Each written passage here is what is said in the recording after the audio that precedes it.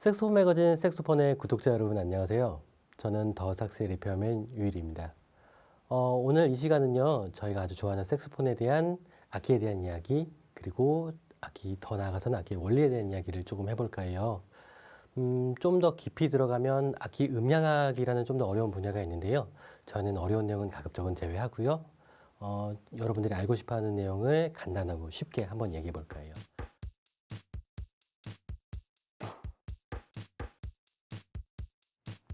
네, 저희가 준비한 첫 번째 이야기는요, 바로 목관악기와 금관악기입니다. 저희가 연주하는 색소폰은 다들 아시다시피 관악기잖아요. 관악기라는 게 관 안쪽에 숨을 불어넣어서 관 자체를 이렇게 진동시켜서 공기에 그 기둥이 되는 관 자체를 진동시켜서 음을 연주하는 그런 악기인데요. 그렇다면 색소폰은 목관악기일까요? 금관악기일까요? 목관악기입니다. 저희가 일반적으로 상식적으로 생각하기에 나무로 되어 있는 악기들은 목관악기, 그리고 금속으로 되어 있는 악기들은 금관악기, 이렇게 생각하시기 쉽잖아요.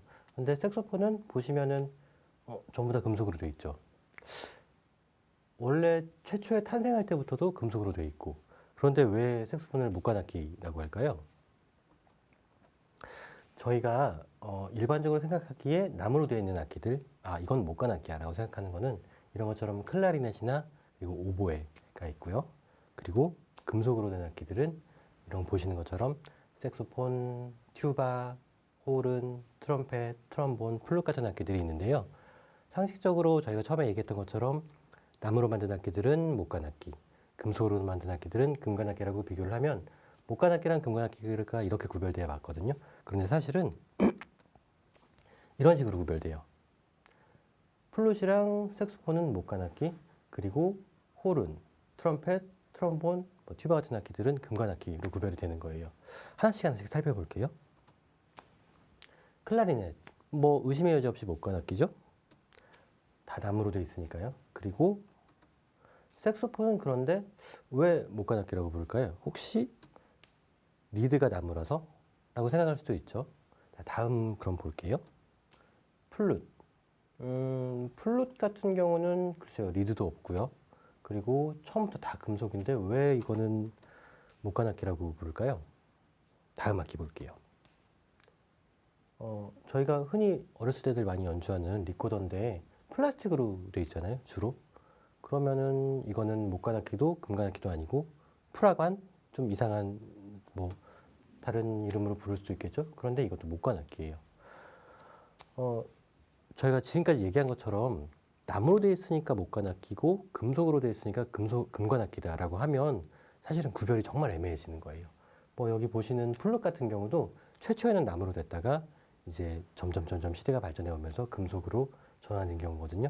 그러면은 이거는 최초의 목관악기로 분류를 했다가 다시 금관악기로 분류해야 되는 그런 상황이잖아요.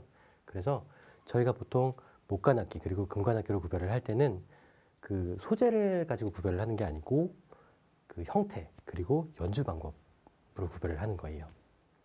그래서 목관악기 대표적인 이런 악기들을 보면요, 긴 관에 구멍이 여러 개가 뚫려 있고요. 그리고 그 구멍 하나하나를 손가락 혹은 키, 그 토너를 손가락 대신 막아주는 그 둥그런 키요. 저희가 알고 있는 그 키로 대신 막으면서 관의 길이를 이렇게 조정해 나가면서 연주를 하는 악기들을 바로 이렇게 목관악기라고 부르는 거예요. 그리고 목관악기들 보면은 한 세 가지 정도로 나눠지는데요. 보시면은 이렇게 색소폰이나 클라리넷처럼 리드 한 장 가지고 연주를 하는 악기요. 이런 악기들을 싱글 리드 악기라고 부르고요. 그리고 오보에나 바순 같은 악기들은 보시면 풀비리처럼 리드가 두 장이 이렇게 겹리드로 되어 있어요. 그래서 삐하고 입술 대고 연주를 하는데 이런 악기들을 더블 리드라고 부르고요. 그리고 아예 리드를 사용을 안 하고 그 악기에 갈라져 있는 틈 사이에 바람을 직접 불어넣어서 공기가 갈라지면서 소리를 내는 악기들이 있어요. 플룻이나 그리고 리코더 같은 악기들이요. 이런 악기들을 바로 에어리드 악기라고 부르는 거예요. 목관악기가 이렇게 세 가지로 나눠지는 거에 비해서 금관악기들은 사실은 거의 한 가지 방법으로 연주를 하는데요.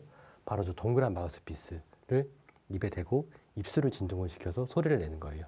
그런 악기들, 트럼펫이나 트럼본이나 튜바 같은 이런 악기들을 전부 다 금관악기라고 부르는 거예요.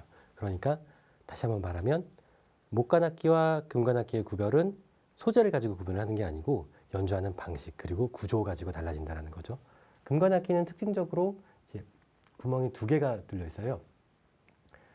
입에 바람이 들어가는 곳과 나오는 곳. 그래서 저 벨 안쪽에 이렇게 뮤트기를 설치하면 바로 이렇게 음량이 줄어들고 또 음색이 이제 변환되는 효과들이 좀 있죠. 금관악기의 연주법을 잘 모르시는 분들도 있어서 설명을 해드리면요. 저기 보시는 트럼펫에 보이는 세 가지 밸브 가지고 옥타브의 여러 가지 음들을 다 소리를 내는 거예요. 그런데 상식적으로 저희가 생각을 해보면 밸브가 세 개인데 그러면 이 세 개 가지고 만들 수 있는 조합이 한 7에서 8가지 정도거든요. 이런 식으로요. 하나, 둘, 셋, 넷, 다섯, 여섯, 7개 정도인데 이걸 어떻게 그렇게 당장 두 옥타브만 해도 24가지면 어떻게 24가지 음을 연주를 할 수 있을까요? 그 방법은 저희가 색소폰을 연주를 할 때 오버톤이라고 부르는 기법이 있어요. 다들 한 번씩 연습을 해보신 분도 있고 연습을 안 해보셨던 분이시라도 그냥 이렇게 들어는 보셨을 그런 주법인데요. 아니면은 왜 저희가 악기를 연주할 때 별로 이렇게 의도는 안 했는데 저음을 불고 싶은데 소리가 이렇게 뒤집어지는 경우들이 있죠. 그래서 한 옥타브 위에 있는 소리가 나는 경우요. 조금 어려운 이야기를 하면 소리 저희가 내는 안쪽에는 자연배음이라고 해서 그 관련된 옥타브의 음폭 말고도 그 한 옥타브 위에 있는 배음이 섞여 있는 경우들이 있는데요. 그 자세한 이야기는 다음 시간에 저희가 공부하도록 하고요. 아무튼 그런 한 가지 포지션에도 이제 호흡 방법만 가지고서 그 위에 옥타브 음 그리고 그 다음 음을 아래 같은 방법으로 이렇게 연주하는 방법을 저희가 오버톤이라고 부르는데요. 그런 오버톤 배음을 사용해 가지고 이렇게 8가지 포지션 가지고도 24가지 이상 음들을 이렇게 낼 수 있는 거예요. 그런데 아무래도 그 배음을 가지고 오버톤을 가지고 연주를 한다는 거는 연주자의 테크닉이 상당히 중요한 역할을 하잖아요. 뭐 이렇게 목관악기 같은 경우는 그냥 옥타브 키라는 되게 정말 훌륭한 시스템도 있고요. 그리고 음 하나하나에 키 하나하나, 톤을 하나하나가 다들 대응이 되어 있기 때문에 빠른 연주나 복잡한 연주에서 정말 수월하게 연주를 할 수가 있죠. 그런데 저 금관악기 같은 경우는 한 가지 포지션에 소리가 여러 가지가 있기 때문에 전부 다 입으로 조정을 해줘야 되는 거예요. 그러다 보니까 금관악기로 빠른 연주를 하는 건 그만큼 많은 테크닉이 좀 필요하겠죠. 그래서 이런 구조 때문에 악기의 성격이 좀 갈리는데요. 목관악기 같은 경우는 섬세하고 빠르고 정교한 연주에 참 어울리고요. 그리고 이런 금관악기들 같은 경우는 좀 더 단단하고 원초적이면서 힘있고 직선적인 그런 연주에 어울려요. 자, 그러면 여기까지 설명을 했으니까 마지막으로 목관악기랑 금관악기에 대해서 한번 직접 같이 한번 들어보는 시간을 가졌으면 좋겠는데요. 먼저 목관악기로 저희가 들어볼 곡은 일본의 메비우스 색소폰 앙상블의 리버댄스라는 곡이에요. 처음에 밴딩이 들어간 색소폰 솔로로 시작을 하는데요. 혹시 뭐 시간이 없으신 분들은 한 4분 12초 정도부터 들으면은 그 색소폰 8인조 색소폰 옥텟이죠. 색소폰의 훌륭한 연주를 들으실 수 있고요. 그리고 저희가 금관악기 곡으로 들어볼 곡은 캐나디안 브라스의 왕벌의 비행이라는 곡이에요. 저희가 아까 전에 금관악기가 되게 빠른 연주에 어려운 악기라고 얘기를 해드린 적이 있는데 그런 말이 무식하게 정말 어마어마한 테크닉을 보여주는 밴드거든요. 자, 그러면은 마지막으로 메비우스 색소폰 앙상블의 리버댄스 그리고 캐나디안 브라스의 왕벌의 비행 같이 한번 들어보고 오늘 이 시간 마칠게요. 감사합니다.